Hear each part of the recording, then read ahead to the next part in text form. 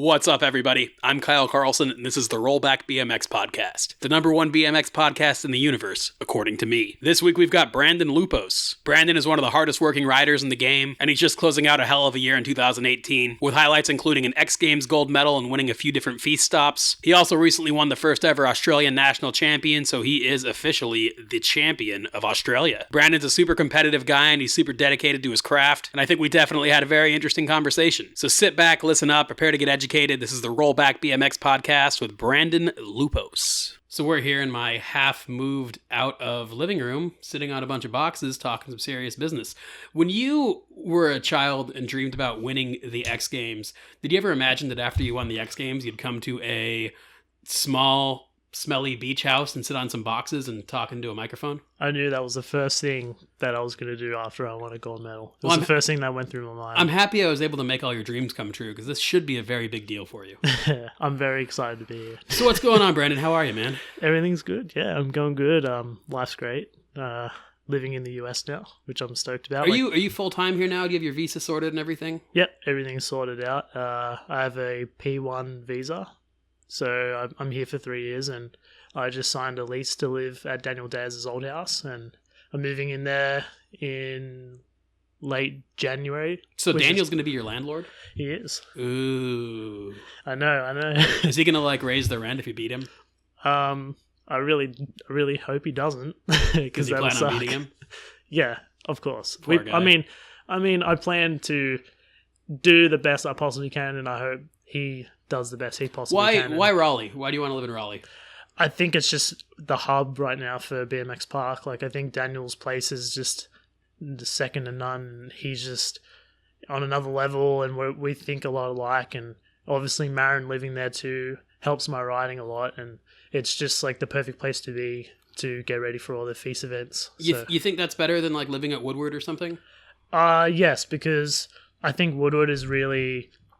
No disrespect to Woodward. I love Woodward, and I love going there and riding and hanging out for a couple of days, but it doesn't feel like home. And I remember when I went to Raleigh earlier this year just to visit, I went there with Brian Fox. He lived there at the time, and it was the first place I've ever been ever in the world where it felt like home besides Sydney. Meaning it's similar to Sydney, or you just felt comfortable there? I just felt comfortable. Like, I've been traveling for 7 years up to this point, and to go to Raleigh, it felt instantly like it felt like Sydney, like not like it's completely two different places, but I was just instantly comfortable and instantly like fell in love with being around BMX riders that had the same mindset as I do, and just want to not like win contests. Like, that's not my priority. My priority is just to have fun every day and just ride and get better and hang out with people that are positive people, and I think all of them live in Raleigh, and I get along with those people, and we're on the same page with a lot of things. So, well, for the next 45 minutes or an hour, you're about to hang out with a dude who's not very positive, so I'm sorry for bringing you down in advance. But you're not going to bring me down. I'm going to try real hard to hurt your feelings. All right, let's do this. You have a stupid accent? I heard I don't have much of one. Yeah, I heard it's like fading out. You get shit for that when you're home? I do, yeah, because I'm real close to my family. I'll FaceTime my sister every couple times a week and talk to my dad, and like it gets to a point where I'll like listen to the way they talk, and I just think, holy fuck, they're speaking a whole different language to me. And I'm Australian, you know. Where are you from? I know Sydney's the main city, but you're a little ways out of Sydney, right? I live right like on the outskirts of Sydney. Not like I live in Sydney, but like I live like a couple towns over from like where it starts, south of Sydney. Like I'm from Engadine, which is right down towards like Waterfall, Wollongong, Sutherland Shire, Cronulla. I'm from there, so I started riding there and went to school there, grew up there. Do you like it out there? Yeah, I thought for the last couple of years I didn't like it. Like, I just wanted to leave. It just felt like the hood to me. Like, everyone wants to make it out of the hood, you know? Yeah. But are you from like a shitty area? Or No. Like, okay. I'm from a really good area, actually. Like, there's no I believe that there's no bad areas. There's just bad people. And there's a lot But if you put a lot of bad people into one area, I think by default it kind of becomes a bad area. Yeah, but I don't know. It just depends. But where I'm from, there's not a lot of crime or anything that goes on. But Engadine's like, it's pretty crazy. I like Engadine, but it's something I had to get away from because it was just like holding me down in a negative way, because I was just hanging out with a lot of the wrong people that were there and telling me different things that I shouldn't be listening to, and just trying to do my own thing, and had those people in my ear. And now that I've made the move to America and I'm listening to the right people and ticking goals off and moving forward with my life, I go back there and I'm happy to be from there, you know, like I'm happy to go back there and visit and see everybody. And I didn't hate it like I used to, but it's not like I hated it. I just like was so down to travel. Like I just didn't want to be there. But now that I live in a whole different country, it just makes it so much cooler to go back there and hang out with the family and old friends and stuff. So how'd you get into riding BMX? Well, I have a cousin that race motorbikes. Is it Josh Irvine or no? It's definitely not Josh Irvine. Okay, go on. His name's Justin. We're still tight.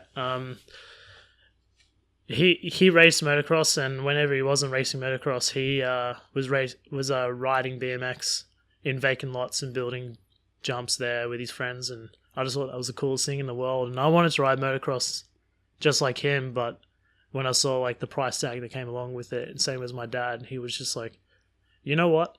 This is too expensive, Brandon. And he gave me a little shitty Northern Star bike that he picked up from the garbage tip. And he's like, do whatever you want to do on a motorbike, do it on this. And I was riding around the neighborhood where I like grew up with like friends that also ride bikes around. And we were like jumping off curbs and making little dirt jumps. And I would go out and ride with my cousin. And then, you know, that bike eventually broke. And then he gave me my first proper BMX bike on my 10th birthday. And it was a Haro Mira 540.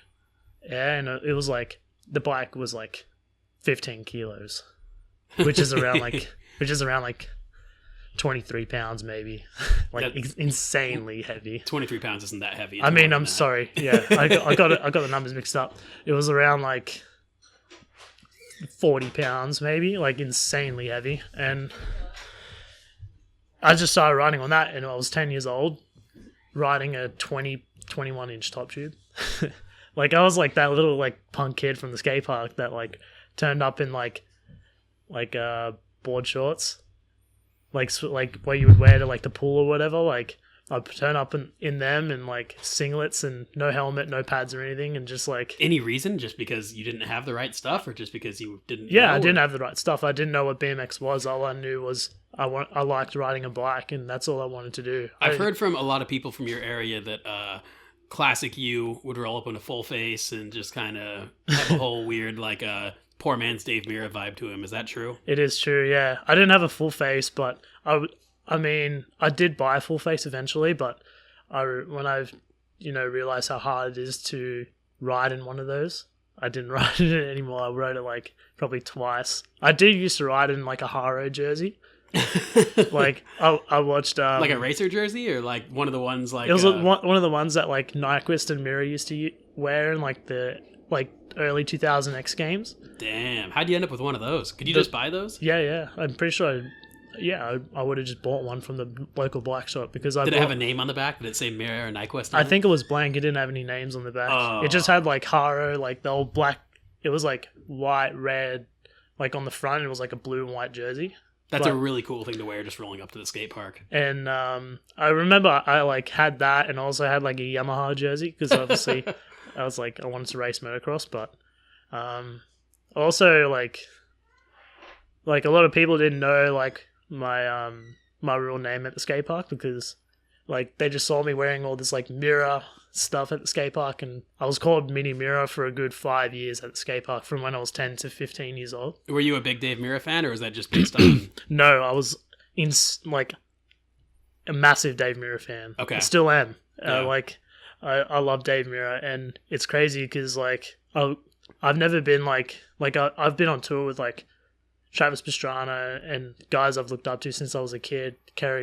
I'd seen Carrie Hart and like like all the guys growing up around X Games. But I remember I went to the unit in 2015 for Recon Tour. Yeah. And you were there. I remember like we were hanging out and stuff. I'm a great guy. How could you forget? And remember Trans Jam was the day before Recon Tour. Yep. And I like saw Dave Mirra at Trans Jam, like just like sitting, just like walking around, like hanging out with people, taking photos with like, I saw him taking a photo with Bryce. I was in the background when he took that photo with Bryce, with Bryce Trine. Shout out to Bryce Trine. And Bryce probably doesn't know what a podcast is. He'll never hear this. And I remember I was with Bryce's dad at the time, Papa Trine. I love him. Shout out to Papa Trine. He's like, oh, do you want to go meet Dave Mirra? And I just like stood still, like, no, like I didn't want to bother him because I felt like it's fucking Dave Mirra, bro. Like, yeah. He's a freaking like he's a celebrity, bro. And I was like so like, I'll just meet up with him later. I'll just see him later. And that was the first and only time I saw Dave Mirra. So you didn't actually ever meet him? Nope. Oh wow. I saw him in person, but I never I never ever got to like shake his hand or like say like, because to me like he was like who I wanted to be, you know. Like that event I think was about a month and a half before he died. Yeah, it was like right before he died. Extremely like close to, because that was the last time I hung out with him. We went out and got some drinks and got a little bit rowdy, which is awesome.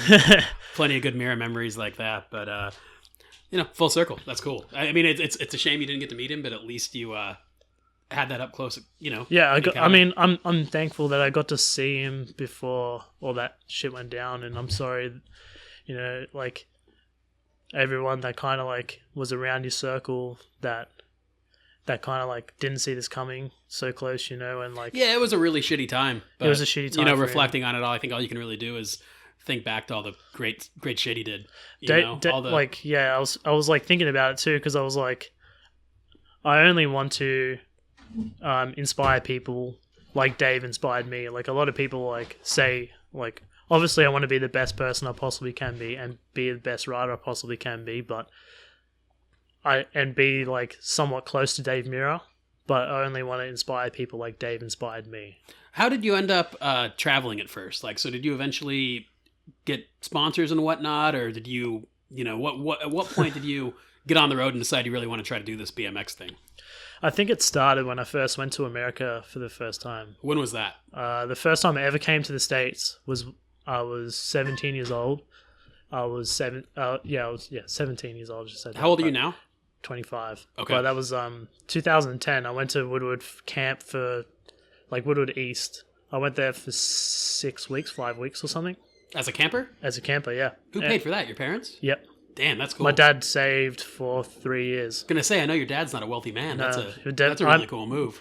And but the agreement, I remember the agreement with him for me to go to Woodward. It was I had to like pass school. I had to pass year 10, like the 10th grade, and get like the certificate saying I passed school. Then he'd pay for me to go to Woodward.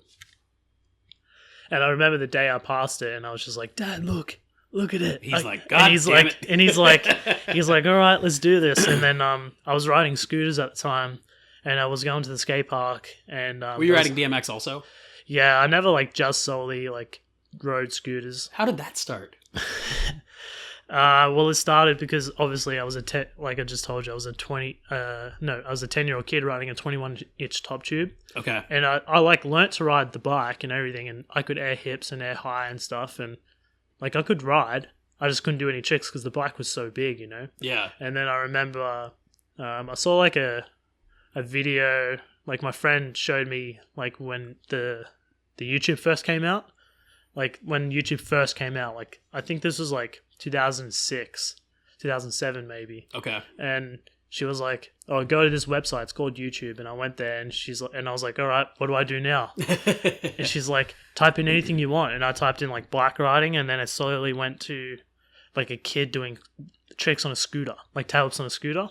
And I was like, I want to learn to tailwhip my bike. Maybe this will, help me to tailwhip my bicycle. Yeah. And it didn't. Yeah. I just had more fun, learned more tricks, and and everyone was like, "Oh, you're riding scooters now," and this was before scooters were even a thing either, and I just didn't know what anything was when I first started. Like, I didn't know what BMX was. Just an ignorant kid. Yeah, like, here's something else. Here's another vessel. Yeah, I was like super ignorant to the whole like labeling thing. I was just like, I'm not a scooter rider. I don't know what scootering is. I'm not a bike rider. I don't know what biking is. I was 10 years old when I started riding bikes, and I didn't know what BMX was. I just thought jumping a bike was the coolest shit in the world, you know? Yeah, it is. And it still is. But when I started riding scooters, it was solely just to help me do tricks on my bike, which I thought it would help, but it didn't, because it's two different fucking Did things. it help with anything? If anything, it helped me adapt, like, to different things. Like, I could ride a scooter I'd bring my bike and scooter to the skate park and some days, and I'd ride both, but there were some days I'd ride the bike more than the scooter. But I remember that it helped me adapt to a lot of different skate parks. Like, because obviously if you have to ride on two different things, it obviously translates better. Yeah. To where, like, you can ride like, obviously riding like a park course on a bike is easier than a scooter, but if you can go to a street course, like a street league street course, like, I'd rather ride a scooter today on a street course than a bike, because it's easier to like jump down a set of stairs. When's the last time you rode a scooter? Dude, I can't remember. Like, I haven't touched one in so long. So you're retired? Well retired. I think the last time I rode a scooter, I got in trouble because it was at Daz's place, and I was there with Christian, who's my roommate. We're there with Christian and a couple of his friends from Colombia, and there was like a scooter there, like a little shitty Razor, and it wasn't a foldable one. It was like the one-piece deck thing, and we're riding like the half pipe that's like up the top of like. Do you know where the park course is at Daniel's place? Yeah.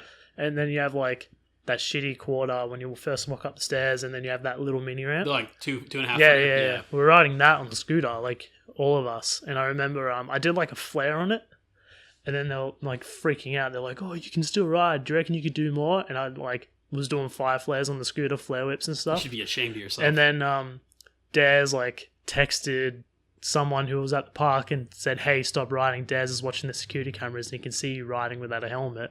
Oh. And he got like all pissed at me, but that was the last time I rode a scooter. So when you went to Woodward as a kid, did you bring a bike? Yeah, it was before scooters were even allowed in Woodward. Okay. And I remember I put out my first scooter video that year, and then I went to Woodward on my bike, and people were like, "Oh, you're the kid that, you know, put out that crazy scooter video on Facebook or whatever." And I was at Woodward for 5 weeks, and everyone was like, I was trying to make a name for myself, obviously riding BMX and meeting these people, and that was the first time I met Ryan Gutler and Clint Miller, and Alex Heim was there. But so the first time you met those Australian dudes was in the States? Yeah. Like the first, I mean, I've met Ryan a couple times, but yeah, he didn't know who I was. I was like this punk little kid with a DC shirt, trying to get everyone to sign it. I remember the day I wanted to be a professional BMX rider. It was at BMX Games in Sydney. I think it was 2006, and Cam White, Colin McKay, and Ryan Gutler were there. And I got him to sign my DC shirt, all of them, and I got photos with him and everything. And it was just like crazy because I'm friends with all those dudes. Like Colin McKay is my Vans team manager.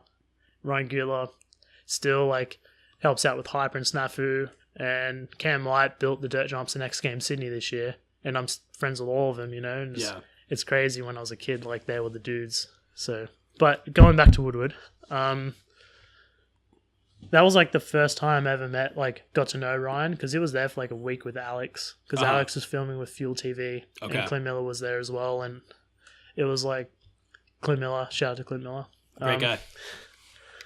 It was just crazy, you know. Like it was the first time I ever met like pros or anything like on that level, like international level.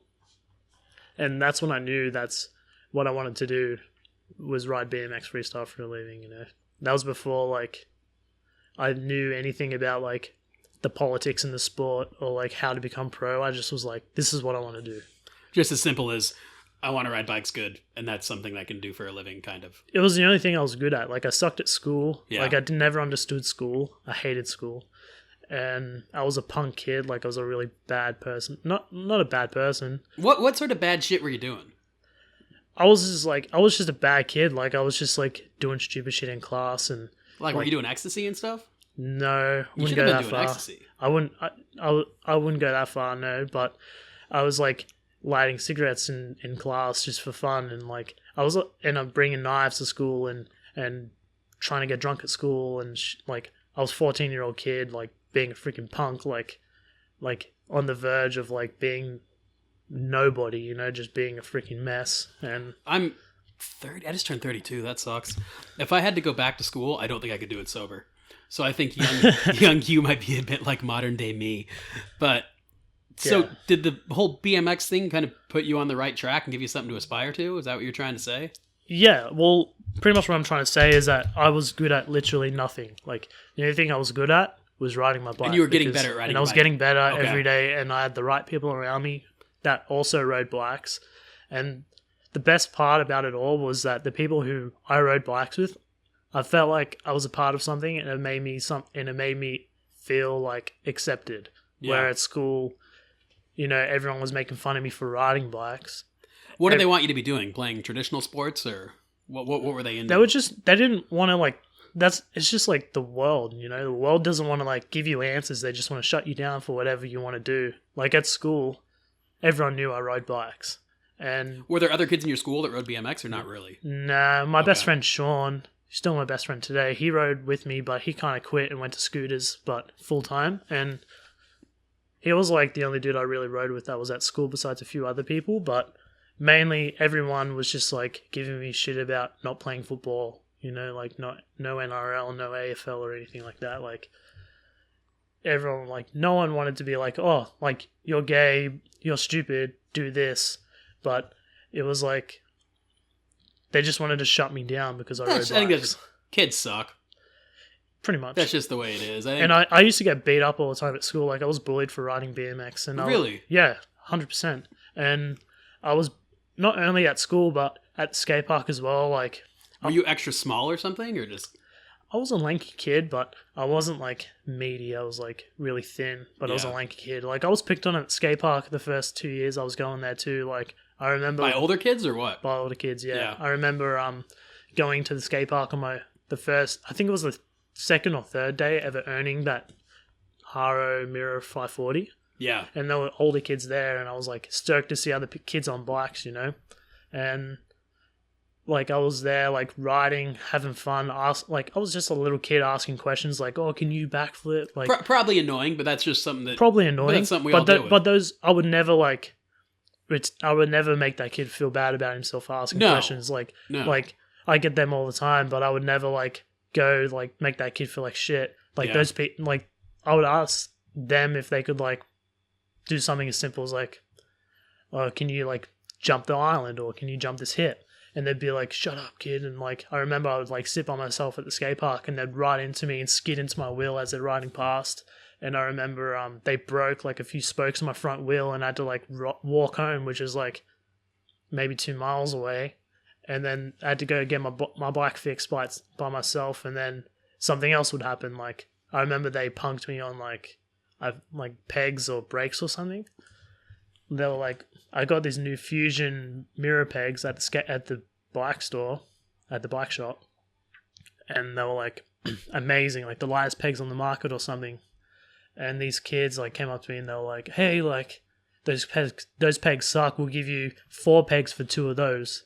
It's a really good deal." But those 4 pegs were from Walmart. Were those like the super light fusion pegs, like the where it was Yeah, like what Mirror and Nike expensive used to shit? Yeah, and they're just giving you like bullshit for 'em? $50 a peg, and these kids were like, "Oh, we'll give you 4 of these pegs for." Okay, so the kids and- at the skate park were dicks to you. Did you ever go back and kick their asses? I never like. I guess it's just like a personality in me. I would never like run away from my problems. I still went to the skate park every day because I always knew that at the end of the day, riding my bike made me happy, Yeah. regardless if people hated me or not. And it's still to this day, like I go to events and I go to skate parks and I'll go there and there'll always be people talking shit about me. They'll find something to talk shit about. But Do you think it's with bad intentions though? I I mean, this day and age, when you're young, obviously people are pricks.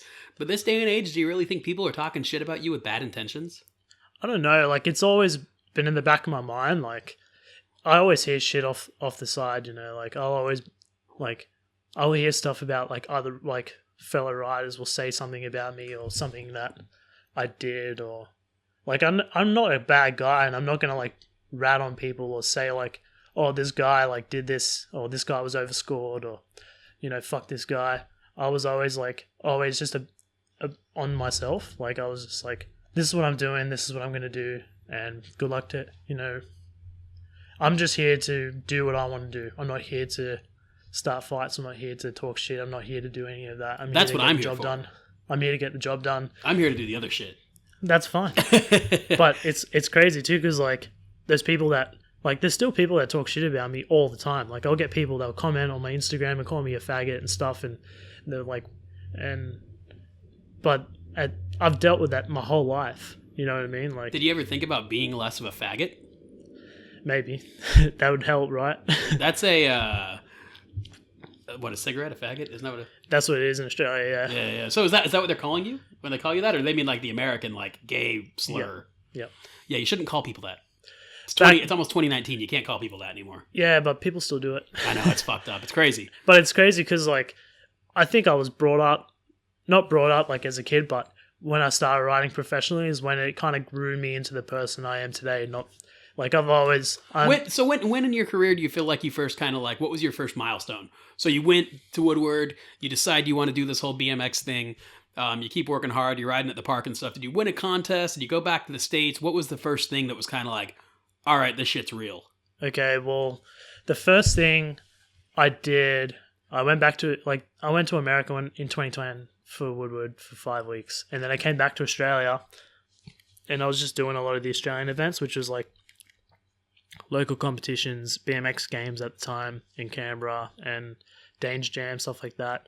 There was a lot of good events in Australia back then, so I was just doing them and looking forward to doing the next year. 2011 was when I went to Gatorade Free Flow Tour. Okay, so you came back to the States. And I came back to the States for Gatorade Free Flow Tour. And the first free flow I went to was Spot, like skate park Tampa. Oh, yeah. Really? I went to that one. Okay. And I fractured my ankle on a flare whip in my run, and I kind of blew it. But I was there with like a group of other people, and my friend who I was with won the contest.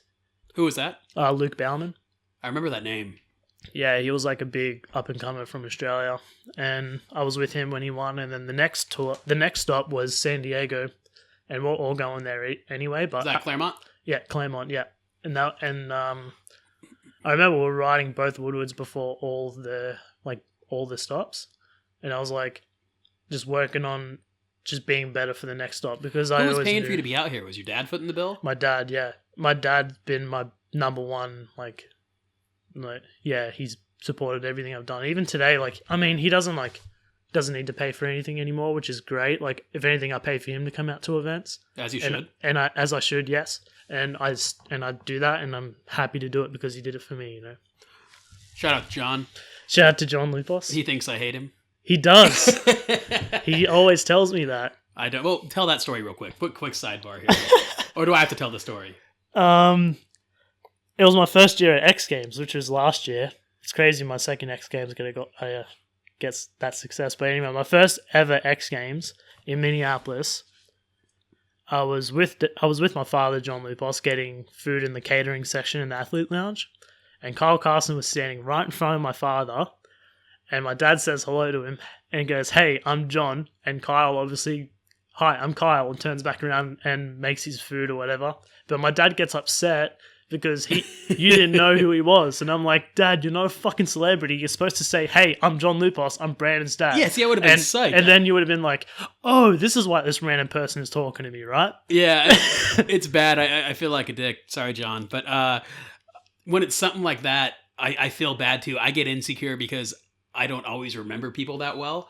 So when it's somebody like that, I'm like, oh, fuck, man, I probably met him. He's probably like an important guy. And I'm like, I just got to kind of get away from this situation because I don't, what I mean? I get like that too. And I just don't know what to say. I get all awkward and I'm just like, oh, look, a distraction. Bye. But next time I see him, I'll hug him really big and just make him super uncomfortable. He'll probably kick my ass. Nah, he's very slow. I've sparred with him before. Yeah. It's the cigarettes. Yeah, and the drinking too. No, that makes you faster, I think. No. Oh, fuck. Bourbon whiskey doesn't, anyway. Yeah, great guy. Shout out to John. Shout out to John. Anyway, so he's footing the bill. You're back in America. You're riding these contests. And I remember did you win the one in San Diego? I did, yeah. Okay. And that's what got me into and now the free flow finals. the free flow tour, that was the series where there was a handful of them across the United States. And if you won one, you went to a do tour and competed. Yep. And if you won the do tour, you rode in. If you won the final do tour, you rode in the actual do tour. Yeah. Okay. So you won one. Your buddy Luke won one. So then you went. Is it Portland they sent you to, and you all competed? Is that the one Logan Martin rode in as well? Yep. Okay. And I beat Logan at that, which I was. You know what's funny is I was telling Logan this story. I remember when that event happened because I was there in Portland, and I was busy. Whatever. There's a bunch of events going on, and I would generally probably skip the amateur event. But I knew Logan was going to ride it because I think he just had that video come out with Baldock when they were riding. Yeah, that was that year. Yeah. Yeah, and I remember being like, "Oh shit, I got to watch this kid ride. This kid's going to be the next big thing." And I went and watched and was like, "This guy kind of sucks. He didn't do that good, you know." Or at least like I expected him to go there and blow everybody's doors off and then go. That's what everyone was saying to me. Like I was in the lobby at the hotel because we were staying in the same hotel as Logan. Yeah, and it was like. That was back in the Greenville days where everyone lived in Greenville, and all the and he was riding. Logan was in Greenville with all those guys, riding with like Mira and Nyquist and all those guys, and everyone was like, "Yeah, Logan's gonna win it. I don't even know why you're even here, Brandon." Like saying this to my face, and I was just like, "Oh, like I didn't really care. I just wanted to go have fun, ride a do tour course, you know." And that is a cool opportunity, especially when you're young and you watch people ride it and trying to break in. And it's crazy too because like I had a lot of tricks planned for Portland, and I ended only doing one of them, which was the triple whip, and it was the first one I ever did on wood. Really? And it was in my run, and it was really spontaneous. So wait, you didn't win that, did you? I did. You won the free flow tour. So you won the thing in Portland? Yeah. I won shit, it. okay. Logan got second. Who got third? Alan Adams. Do you remember Alan Adams? Australian or no? No, he's from Michigan, I think. I don't think so. He rode for Armor Energy, Hyper. Armor Energy.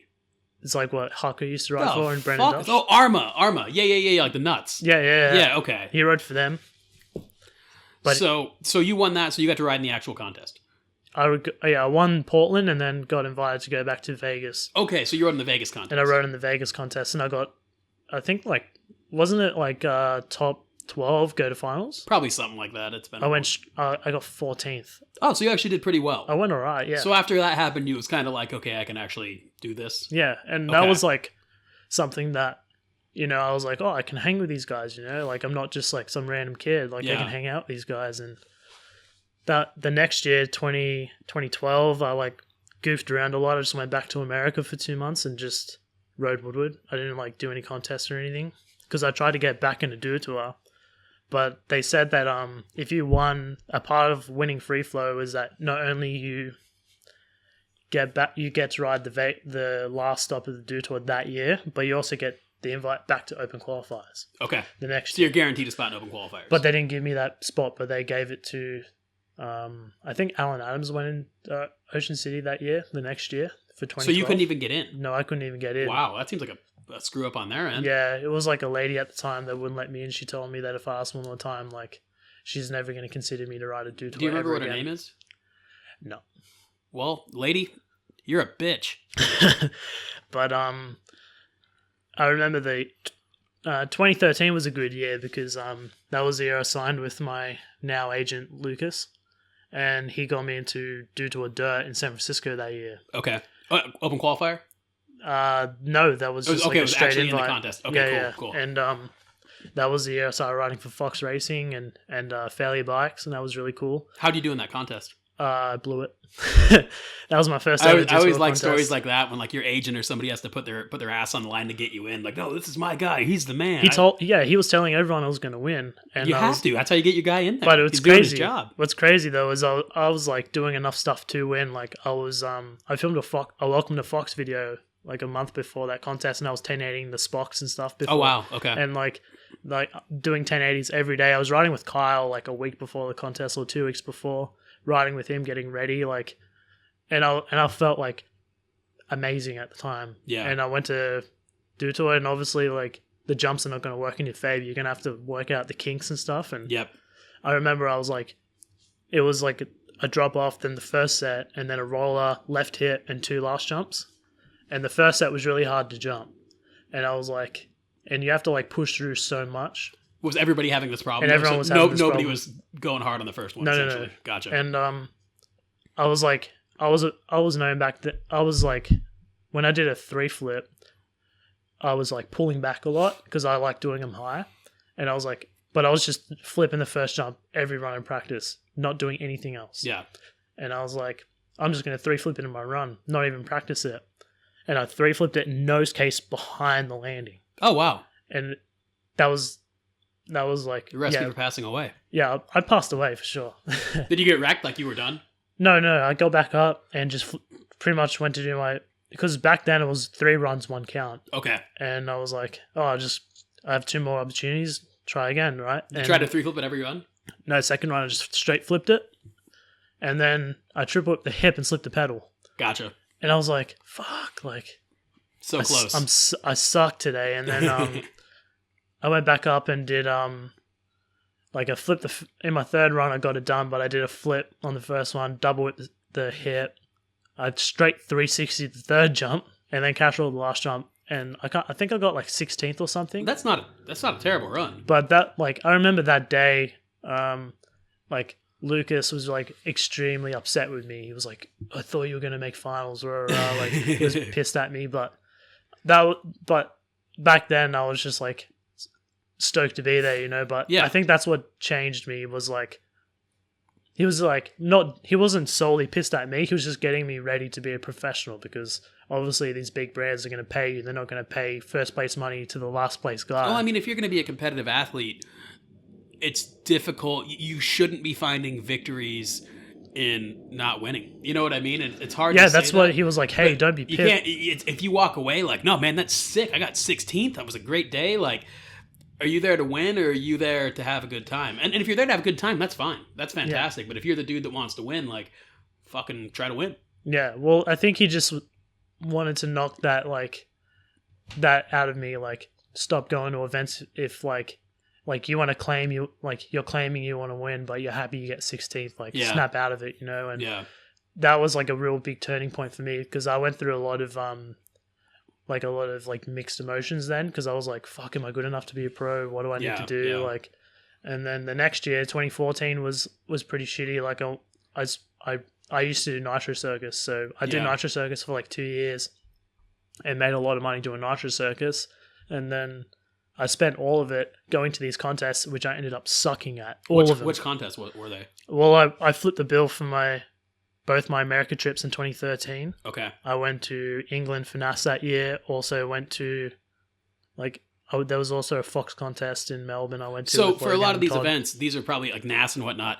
You're paying out of pocket to go to these events. Yeah, no sponsors or anything. And even if you win, it's probably less money than your ticket and stuff. Yeah, way less money. So you're just going for the love of it, trying to make progress and Well, that's pretty much why I still do it today. I still love it and I do it because it makes me happy. Like I go crazy without my bike, But back then I was like I was so used to paying bills and living in Australia and just being on Nitro Circus, but like it was crazy because when I was on Nitro Circus, I didn't crash one show, didn't wreck one show. I was landing everything, every trick, everything. I didn't crash once. You can even ask like Andy Buckworth, Matt White, all those guys. I don't trust any of those guys.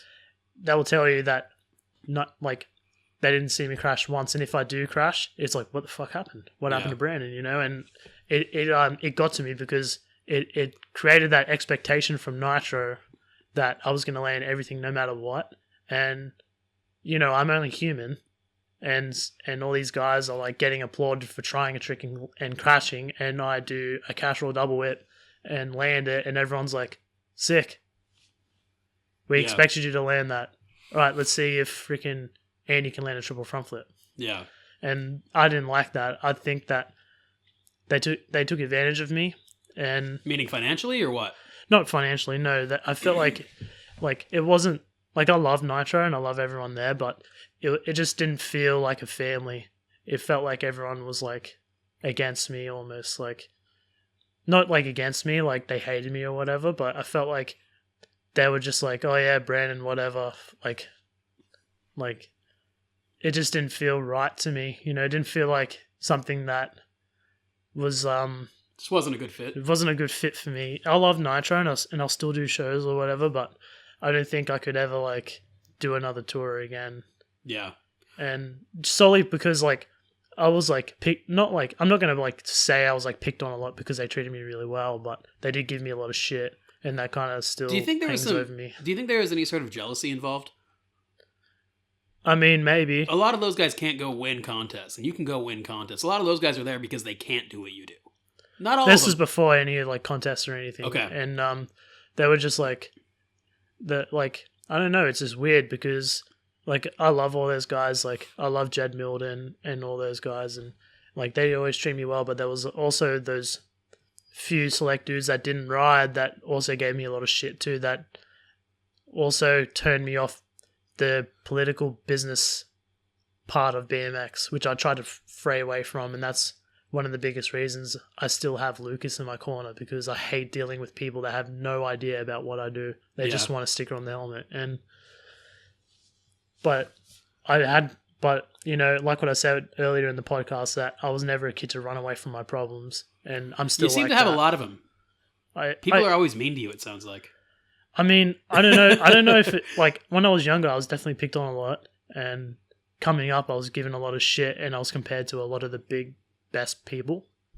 But I think that was only grew me into who I am today. I'm not saying I'm a big shot or anything, or so you did Nitro for a year, then you did the year, and you went to NAS and whatnot.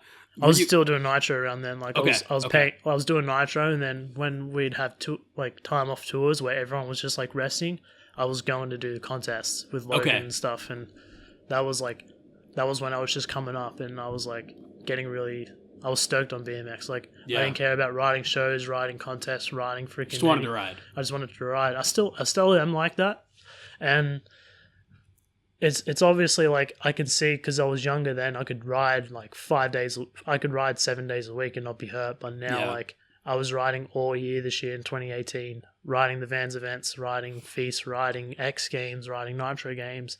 It turned out to be like easily like 8 and like 10 events this year. Yeah. You know what I mean? Like a lot of events, and I was like, I'm so buggered. That's why you'll see this crappy beard I have. I'm just letting loose. Like I remember I came back to California because I wanted to spend time with Olivia before Christmas in Australia, before I go back to Australia for Christmas. Yep. And I'm here for 2.5 weeks, and the first week I laid in bed and didn't get out of bed for the first week. Because I respect that. I was like, bro, I was on and off planes all year, in and out of hotels, unpacking bikes and clothes. I just want to rest and do absolutely nothing but play shit. Yeah. Not do shit. Play video games, do nothing, and just that's smoke what I did. Pot and fucking go to bed. Can't relate. No, I don't do drugs. But would you? No.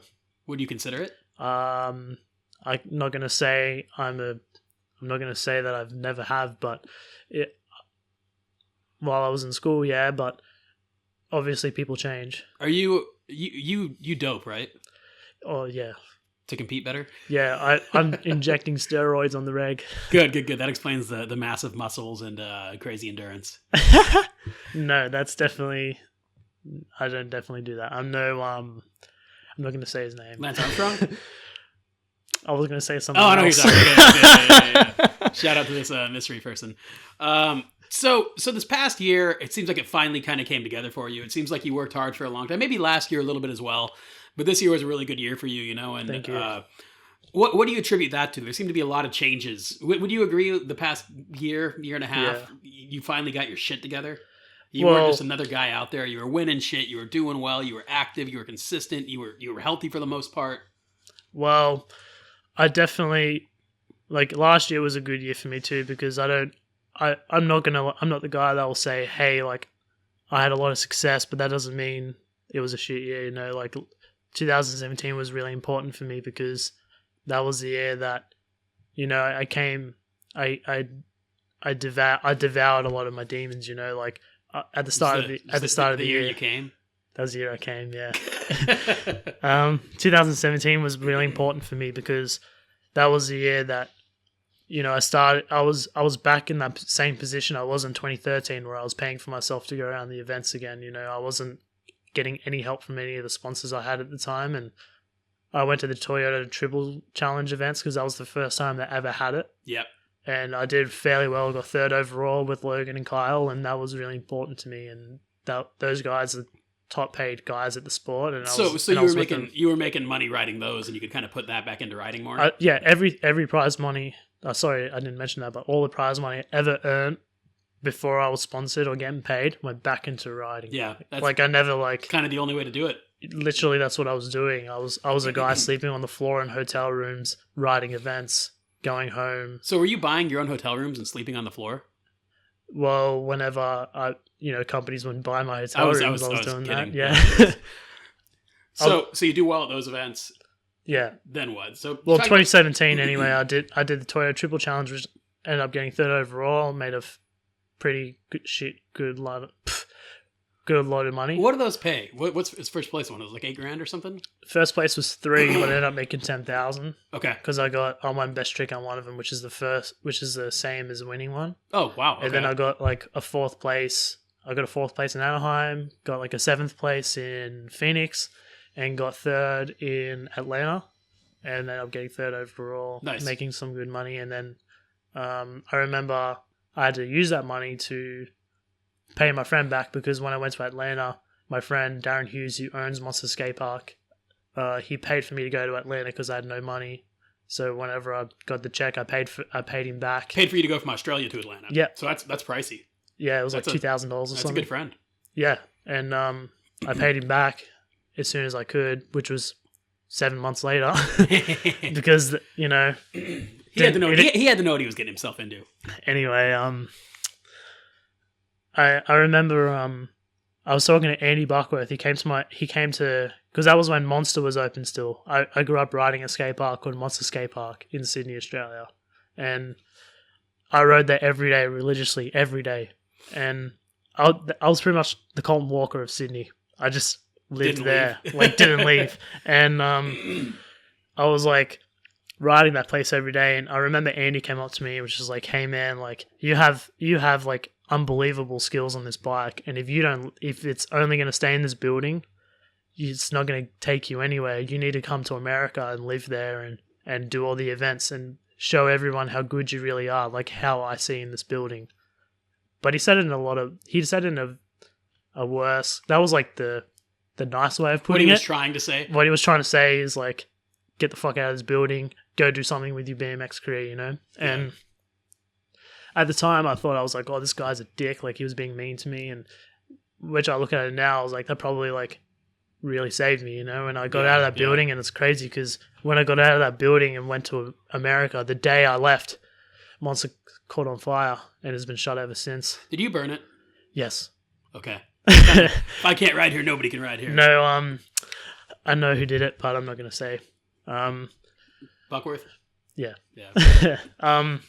But it's just crazy. Like, it was really weird that I left the day it went up, and I moved to America for 6 months that year, and I lived with Jeremy Malott in Lake Havasu, Arizona, and I had $500 to my name at the time, and I was there for 6 months. Just trying to make it work. Yeah, and I spent all my money on plane tickets, hotels, bikes, and I had no one. I had a lot of people helping me, but not financially. It was almost just like good support, but not like no one was willing to be like, "Here's $10,000, have fun."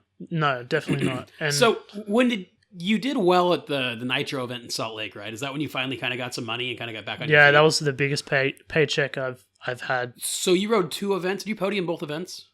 No, I just podiumed in best trick. What did you get? I pretty much won best trick because you're not going to beat R. Willie on that ramp. So yeah, you're not supposed to.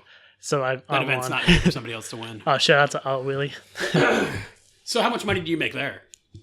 It was $20,000 for second, but after tax it was $14,000. That'll get you back on the right track. You only have $500. It's crazy because that was like, at the time, that was like, holy shit, I made my year's income in one contest. Yeah. And then I remember I got this check, and they gave me a check, and I was like, fuck, how am I going to cash it in America? I don't have an American bank account. I don't have anything. And X Games was 2 weeks later. And I remember I went from Salt Lake to California for one night, and then I went to Woodward, PA for the Vans regional qualifier Gotcha, at the time.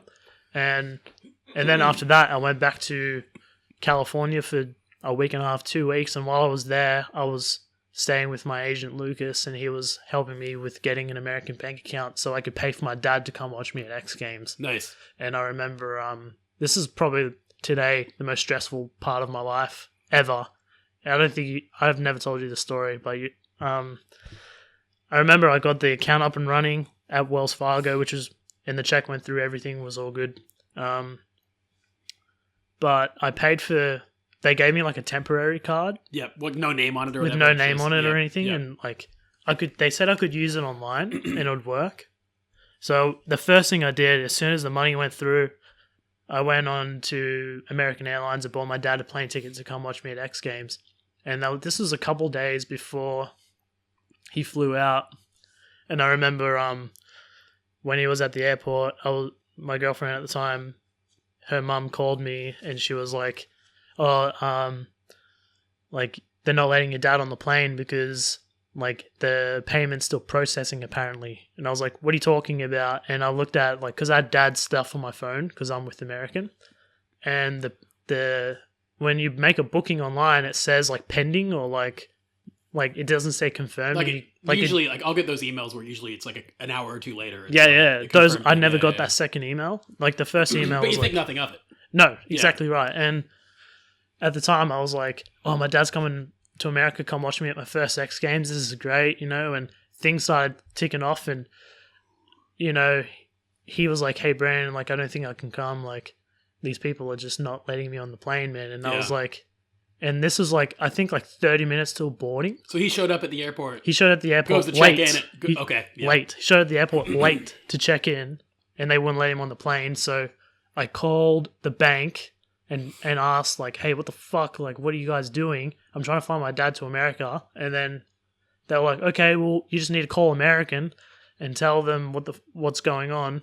And then I called American. Obviously, I went on hold, and they're like, oh, we're going to call you back in 30 minutes. And I was like... I don't have 30 minutes. And then I unless you want unless this is an emergency, leave a voicemail. And I left a voicemail. They called me back in 5 minutes. That's good. And then they were like, oh, what's going on, Mr. Loupos or whatever. And I told them the situation. They said, okay, well, this is the issue. You need to call the bank back and tell them to let the transaction through because they're holding the payment. And then I called the bank back furious. So I was like, this is your fucking... and I was like, this is your fucking problem. Sort this out right now. And then, they sorted it out. The payment went through. The money went out of my account. I got the confirmation ticket, when he was boarding the plane. So he basically was probably the last guy on the plane. He was. He was the last guy to walk on the plane, and boarding was closing as he got his ticket. So when he got his ticket, he ran through customs, ran all the way to the gate, and got on the plane and came to America to watch me at X Games. and that was the most stressful part of my life because I remember I was after it was all finished, said and done, he was on the plane coming to America. I was on the floor just thank you, God, thank you so much. I can't imagine being my first X Games without my father. And then he got to go see you not do very good. I mean, I did all right. What do you get? 5th. That's okay. Yeah. That's not bad. Yeah, it was all right. You were just in dirt that year? Yeah, I mean, I went to Boise to qualify for park, but Gotcha. my bar snapped in that's my right. first run. Yeah. And yeah, that sucked. And then fast forward to this year, you won X Games. Yeah. Was your dad there this year? Yeah, he was, yeah. Nice. Was he psyched? I guess he was extremely happy because he knows, he's been there since the start, so he knows what this meant to me, and he was, I'm not going to say happier than I was, but, bro, it takes a lot for me to cry, and I cried out of pure happiness. On live TV, I was just, crying like a fucking kid. All those kids that made fun of you at the skate park growing up are probably he's crying on TV. It's crazy too, because I'm a big fan of motocross, and I was at a motocross race, and one of those kids races the races in Australia. Okay. And I was at one of the races watching, and he was there, and he recognized me, and he was like, hey man, you're doing really good, rah, rah. And in my head, I was just like, fuck you. But, no, X Games is such a fantastic day, especially the week before was probably the worst week I've ever had in my life, getting my bike stolen in Canada and then having to fly back to Raleigh for 7 hours with no sleep to put a bike together to get ready to ride X Games. Like, it was just like I take that back about the whole dad getting on the flight thing. That was the most stressful part of my life. That was definitely, that takes the cake. So the goal is for this next upcoming X Games to not have any crazy stressful shit before it? I think stress is just something you choose to bring on yourself, or you let yourself worry about. And I don't want to worry about stuff that I'm in control of, you know? If I'm not in control of it, don't stress about it. Like, I can't stress about someone, like, after they steal my bike and it's gone forever. I can't stress about that. I just let it go. But I held on to that. I still hold on to that because that was my favorite bike of all time. Was it like a silly jet fuel bike or something? Yeah, no. What was it? It was a Hyper bike. It was a Hyper Wizard frame, but it was 3 weeks old, and it was like, I got the rims painted, and that costed $100 each for the rims to get painted. Oh wow! Okay, so it was actually like a custom job, like floating around somewhere in Edmonton, Canada. Yeah, it's in Edmonton, Canada, I assume. But yeah, it's probably long gone now. Yeah, I'm not going to say my bike got stolen too, but Jeremy's got stolen too. So my bike and Jeremy's bike were definitely stolen. They got stolen, but Logan's bike was about to get stolen too that day. That was the day of finals in Edmonton. That's sketchy. Yeah, that was the day of finals. And dude, Edmonton, like downtown or the area we always stay when we go to Edmonton, kind of surprisingly sketchy. It's so sketchy. Like, it doesn't look that sketchy, but then you walk around and you're like, oh, heroin needles. Like, on the street. Yeah. Dude. Like, I remember, because we have to walk past this like shady bus stop every time we go to State and Main. And there was like a needle on the seat walking past it. I was like, wow, like, This isn't a joke. This is real life. Let's go home. This is ingetting all over again. But that's pretty cool. So now you're kind of heavily focused on doing the Olympic thing, it sounds like. Extremely. Is that the main thing you want to focus on right now going forward? Yeah. Well, I moved to America to, you know, be the best I possibly can for 2020. Like, I definitely think that I have a good chance in being the guy who represents Australia. I just need to, you know, stick to my guns and you know, work hard in the off season. And, you know, Logan and I have to work together to qualify Australia because right now we're sitting in second to USA. Okay. So, but that's you and Jake Wallwork. So if Logan has to come, because only the top two guys' points count, right? Yeah, but I think it works differently in Australia than it does to the US. Like what what Tony D said on his podcast with you, he was saying that whoever qualifies the points goes to the Olympics. Yeah. In Australia, I called Wade as soon as I... Wade the coach? Wade, the technical director of Cycling Australia. I called him. That's a complicated title. Yeah, I called him, and as soon as I heard this from Tony D, and I was like, hey, I just want to make sure it's the same as Australia.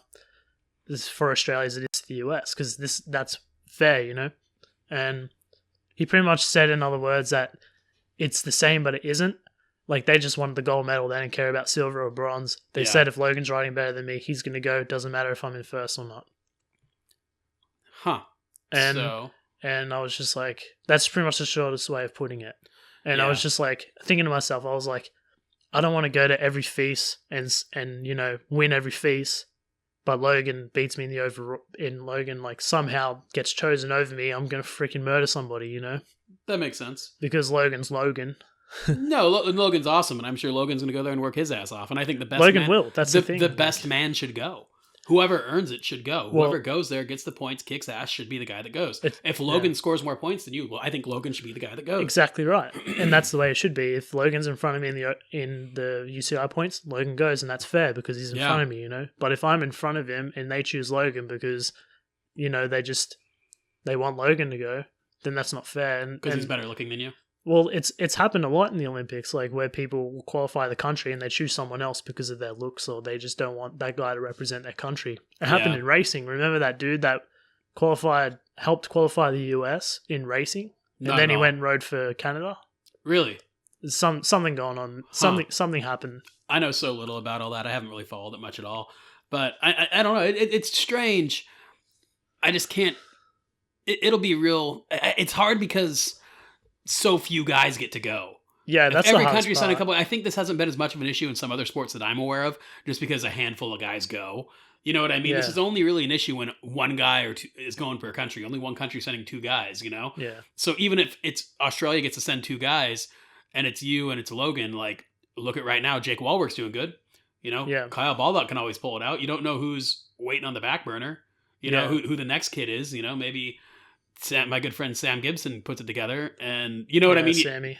Yeah, he's a real horny guy, but Love you, Sam. but you know what I mean. Like it's crazy, and it's just they make it difficult. I went to this thing at USA Cycling in Colorado at the Olympic Training Center, and they were talking about all about teamwork and whatnot, and I'm like, teamwork, but like these guys are competing directly against each other for this opportunity. Exactly right. One of these guys, you know, if you take Nick Bruce and Justin Dowell, these guys are riding against each other. One of them will get to go. The one that goes, if has the opportunity to win and has the opportunity to become this superstar and make all the money and blah blah blah. Like you can't say teamwork, Team USA, blah blah blah. Yeah, it's you really literally one-on-one. You and Logan are essentially on the same team, but you have the same goal, and only one of you gets it. It's not even one of you gets to win. One of you gets to compete. Yeah, no, that's the worst It's part. fucking crazy. But I think it's crazy they say teamwork and you two need to work together to qualify Australia, but at the same time that it's one of us that's going to go, or two if we're the dominant country. Yeah. Because I'll talk to Wade about it, and Wade will he won't even talk about one of us going. He'll only talk about, you know, me and Logan going, or Logan and I, sorry. But meaning he's planning on being the top qualifier. Yeah, or whatever. meaning he's not even thinking about sending one of us. He's thinking about being the top tiered country, which I believe we can be, especially if, you know, when Logan comes back and we're all consistent in riding better than ever. Because I believe that I had a lot of dramas dealing with to deal with this year. Yeah, that held me back a little bit from fully focusing on competing. So you don't think you're best this year? No, I think the best of me is yet to come for sure. And this is just a little splash in the puddle. Like I think like what I said, the best of me is yet to come, and I think 2019 is going to be a good year for me where I get to fully focus on riding BMX and not having to deal with all the other stresses like moving to a different country and sorting out, you know, how, you know, stupid stuff like taxes and because I've never paid tax, I earn very little money. Yeah. So, you know, so you have a hefty tax bill coming up then, or no? I just I already paid it, but yeah. It's just like sorting that out, and not even that. Like that's extremely irrelevant to what I'm talking about. It's just like growing as a person. Yeah. Like I did a lot of growing in 2018, and I believe that there's going to be still a lot of growing in 2019, and I'm just looking forward to all of it. The bad times, the good times. I believe that I'm in shape enough, good enough to win every event next year, and you know.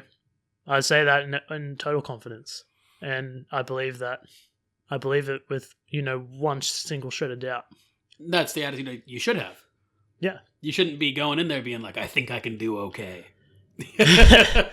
No, I used to think like that. Like I remember I went to Denver, and that was like the year of Nitro World Games, the first year of ever in Nitro World Games in Salt Lake. Yeah, and that was the year I qualified first, and I was like, I'm going to win this event. Denver? Yeah. Or Nitro? Nitro World Games, okay, sorry. Yeah. Nitro World Games. Oh, that's right. Yeah, you were planning on winning, and then you fucking passed away. And I fucking passed away, yeah. And then I remember I like quit. Like I was like, it's not like I like got upset because I lost, but like what I said before, I was like spending so much money going to these events and just sucking at all the events. Yeah. I just didn't want to do that anymore, and I was over it. And I had sponsors at the time, and I told Lucas, I was like, hey, I'm done. I don't want to like ride anymore, competitively anymore. You know, but I think who really saved me at the time was Sam, and obviously my ex-girlfriend too. But you know, they really got me back on my feet to ride again, practice again, and then my agent Lucas told me to go do this show with Logan in France, and then after it, finished air show, yeah, one of those, yeah, and then right after it, they're going to fly us to Denver for FIS. And I was like, oh, I don't want to go. So your flight was taken care of, essentially, is what you're saying. Yeah. Gotcha. I was like, I don't want to go. He goes, look, man, just go and don't worry about winning. Don't worry about any of that stuff. Just go there, have fun, come home. And I was like, okay. So, you know, Logan and I did that show, and then we flew over to Denver for the first ever feast they had in the US. Only. only feast I've ever had in the US, and ended up winning. Yeah. Which was something I never thought would happen, especially so soon. That was the first feast final I ever rode. Wow, and you won. And I won, yeah. Wow, it's all downhill from there, right? And then that was probably the most important win for me, because I was fucking done. You know what I mean? Like, I didn't want to ride anymore. I was like pushed on that plane to go, and and ended up winning. I was like, the spark came back. Like, not because I was scared to fail, but I wasn't scared to fail anymore. It's good just to every once in a while have that quick reminder, like, oh no, wait, I am a bad motherfucker. That's pretty much what it was. Kill the self-doubt. I just felt I was really insecure with my riding, and I was really like, didn't feel like I was half as good as anyone on there. Like, I was just cruising, and then ended up winning Denver, and I was like, which I believe Daniel Dares won that contest, but Daniel Dares probably does too. We've spoken about it. I don't know if he's ever dropped in his life and not thought he won a contest. He's a big Daniel Dares fan. I love Daniel Dares. So does Daniel Dares. But then, like, winning Budapest, I definitely don't think I won Budapest. Who won that? Like, who did win that? I won Budapest, but no, but I mean, who do you think did? I think Kenneth would have won if he didn't fuck up. But yeah, but he fucked up. No, but I say that because like I want it like just staying on my bike. Like, obviously that's what you got to do to win. But like, I was like, wow, I won that just doing nothing. Like, I flipped the box jump my second run, didn't do anything on it, and like, I was like, this is not what I thought winning would entail. Like, I never thought like this is what it would feel like. Like, it would like that was my second feast win in 2 years, and I was like I won it like just doing a flip on the box jump. Like, what? I mean, that's essentially what a contest is. Not to see who the best rider is, it's to see who the best rider that day is. Yeah. Under those situations, under those circumstances, under whether it's the wind, whether it's people crashing and whatnot, like, you have to have parameters. You can't just have this be an open-ended thing. Like, it has to have parameters. Yeah. Like, if the Super Bowl's happening and one of the team doesn't show up, they're crowning a winner. Yeah. They're crowning a winner. If it's raining, if it's windy, they're still going to run the Super Bowl, and there's going to be a team that's crowned the champion, Yeah. And it's under the parameters, and I think that's, I hear people talk a lot about, not even so much you, but a lot of times in contests where, oh, so-and-so won because of blank. It's like, so-and-so was crowned the champion today. Yeah. Under these parameters, you know what I mean? And it's like, yeah, if you change the parameters, maybe you'll have a different winner, but then you have a different event. But exactly right. But at the same time, when I won Budapest, it didn't feel like I won it. I didn't ride at all close to my peak. And if you were the best guy that day, given that situation, you should have won. Yeah, but it was just like whatever. I won, and I was stoked, and this, that, and the other. But I think that 2017 when I won Budapest was like something that I'll always hold closely in my heart, because that day I won Budapest was the day that my grandma got diagnosed with brain cancer, and I was like, it was like a bittersweet. Talk about a bittersweet day. Yeah, it was like it was, and I'm real close to my grandma, and I was close to my grandma, and my parents didn't tell me at all when I won Budapest. They were just like, oh, good job, whatever. Like, obviously when they didn't want to get in your head. Yeah, they didn't want to tell me at all. And then it was crazy because, like I said, I lived with Jeremy at the time, and I went back to Arizona, and this is when Macklemore dropped his album, which I don't listen to Macklemore. I just think this is a weird coincidence. I found out this way, but he came out with a song called Glorious, and it's about his grandma who passed away, and I listened to it, and it just made me miss my grandma, because I didn't speak to her for a real long time, like maybe 2 months. And I thought something was weird, because the last time I spoke to her, she had a beanie over her eyes, and she had like a scarf over her mouth, and I couldn't really see her. And I remember when my dad, I was calling my dad, I was like, what the fuck's wrong with grandma? And he's like, oh, everything's all good, don't worry about it. She's getting better by day, and we're all proud of her, so just don't worry about it. Just keep doing what you're doing. And I was pretty naive at the time, thinking that everything would be okay. And how old was she? 67. So old, but not old. No. Yeah, she was 67, and I remember, obviously when I said that the day I won Budapest, she was diagnosed with brain cancer, but she also passed away with breast cancer liver failure, liver cancer. God damn. And she also had like a bunch of other shit wrong with her because she started with lung cancer. Was she a smoker? No. Wow.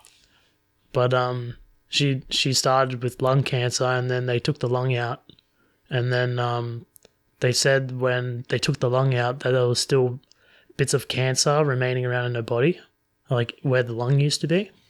And they said to take this like antibiotic that would kill the cancer because it's only like real small. Okay.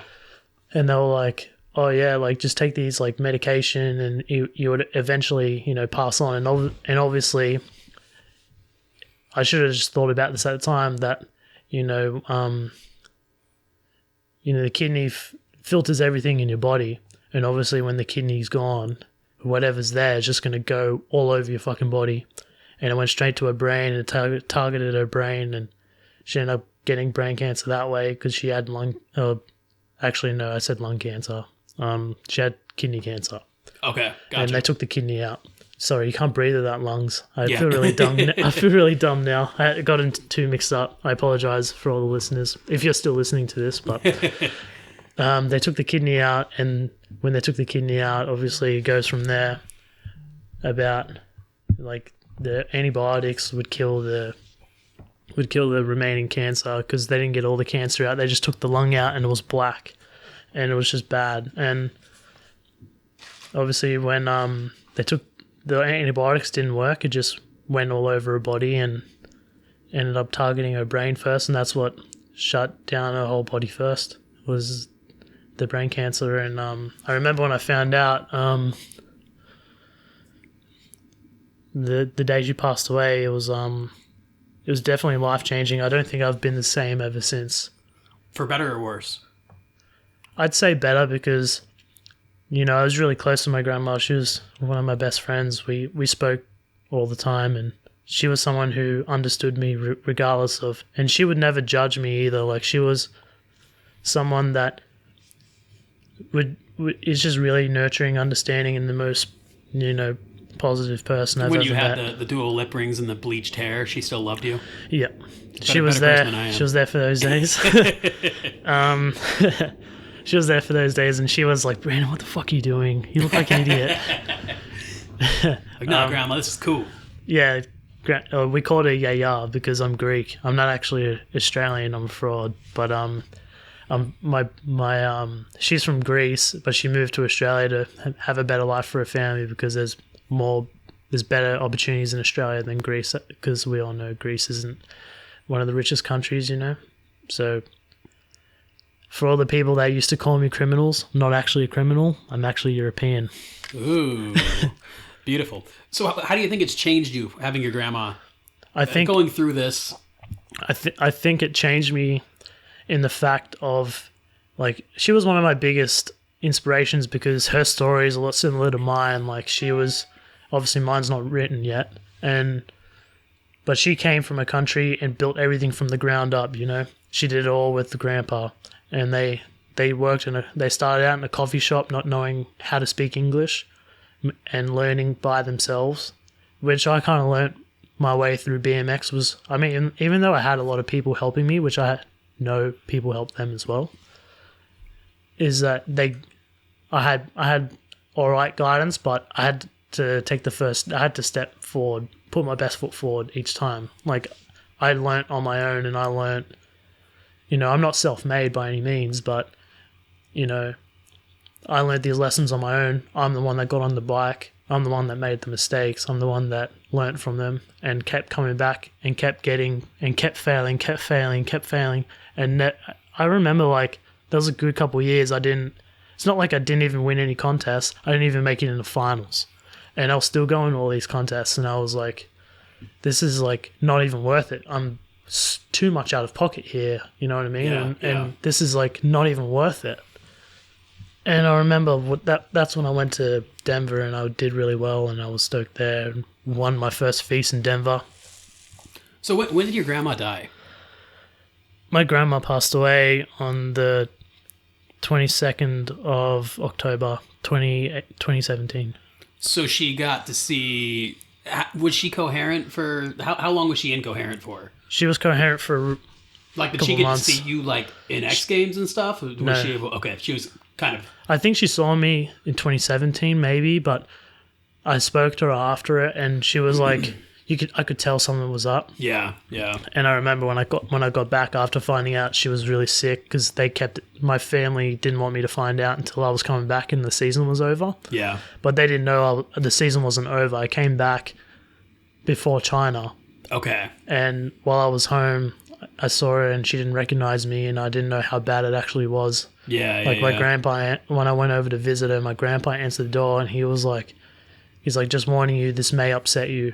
And he grabbed my hand and walked me through the house, and where they had this couch that she used to sit in all the time, that's where our hospital bed was. And I remember walking in, and she was fresh out of chemotherapy, and she had no hair, she had nothing, like she was twitching, itchy, cold, like It wasn't your grandma. it wasn't grandma. Yeah. And I remember like this day like it was yesterday, because she had one eyeball bigger than the other, like the pupil was huge. Because of the crazy chemicals and stuff. Yeah, Yeah. and I remember rubbing her hand. I was like, yeah, like telling her, like, because I speak a little bit of Greek to her, and I was like, yeah, it's me, like, good to see you, are you okay? Like, and she, like, looked at me like she didn't know who I was. Obviously, she didn't recognize me, because... Yeah.